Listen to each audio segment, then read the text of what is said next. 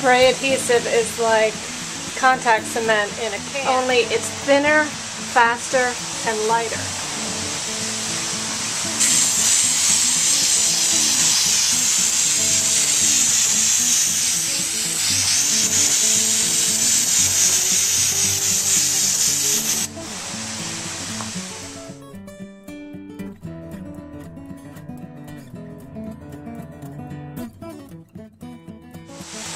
You still have to spray both surfaces and wait for it to dry until it's tacky, and then press them together on contact. Spray adhesive, you probably only have minimum 2 minutes, maximum 10 minutes dry time. You gotta wait till the glue is tacky, so I kind of test it by touching it. If it's wet and it sticks to me, it's not dry enough. Oh, that's better. I think today it's not drying too well because it's humid outside, but we'll go with it.